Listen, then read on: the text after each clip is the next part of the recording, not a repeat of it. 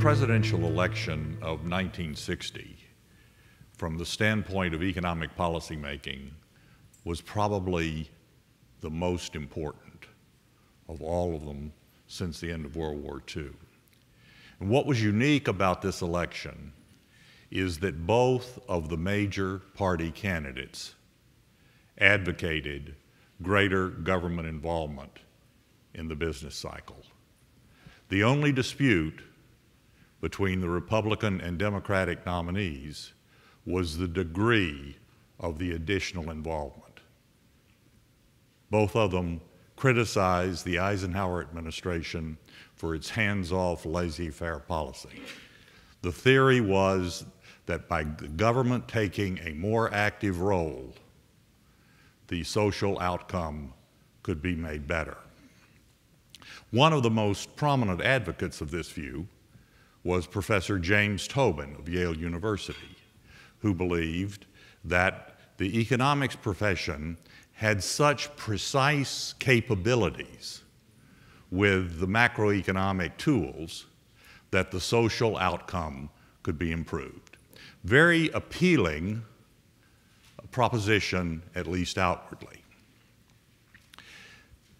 Now, it occurred to Tobin's colleague, another Yale professor, Arthur Okun, that there might be an impartial arbiter, a statistic that could be used to demonstrate that the government involvement was in fact improving the social outcome.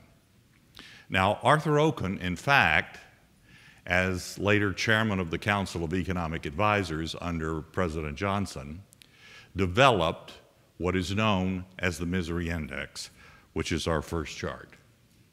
Now, the Misery Index is the sum of the unemployment rate and the inflation rate. And the theory, widely held, was with the government taking this more forceful interventionary role in economic activity, we're all going to be better off. Unfortunately, this impartial arbiter that was designed to illustrate the beneficial effects of governmental intervention demonstrate that we have never reattained the economic performance of the 1950s. Let's look at the results. By decade, in the 1950s, the unemployment rate of the misery index is 6.7. We never get back. In the 2000s, 8.8. In the latest the 12 quarters of this expansion, just under 12%. On election day, it will be approximately 12.5%.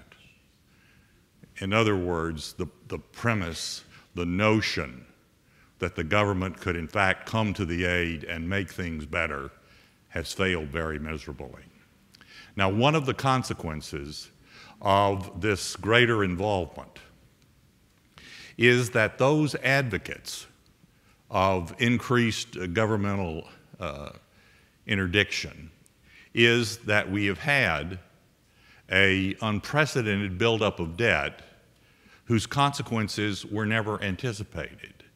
The notion was that we could somehow encourage people to get more deeply indebted, they would spend the money, this would improve economic activity, and the result would be better.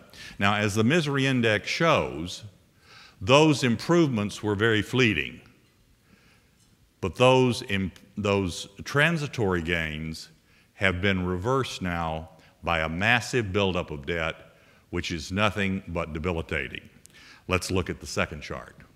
What we're looking at here is public and private debt as a percent of GDP since 1870. In economics, one of the most important concepts is the mean over the history of the data.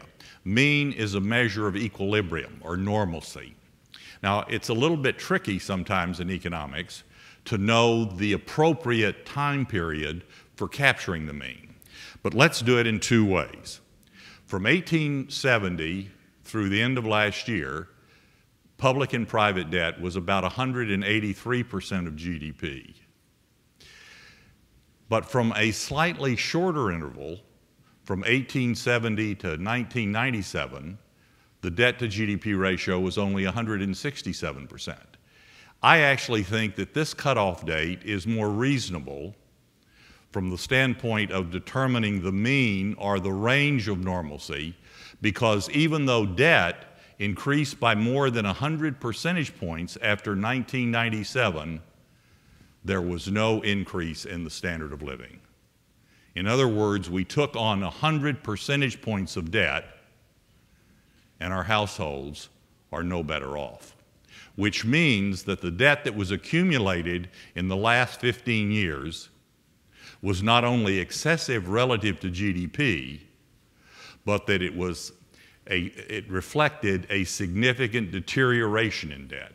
In other words, the debt went for unproductive uses, and increasingly in recent years to counterproductive uses. You see, one of the things that James Tobin and the others who were advocating more discretionary policy failed to understand, that debt is only worthwhile if it generates an income stream to repay the debt. If the debt does not generate an income stream, or if it leads to bankruptcy and foreclosure and a negative income stream, then the result is counterproductive.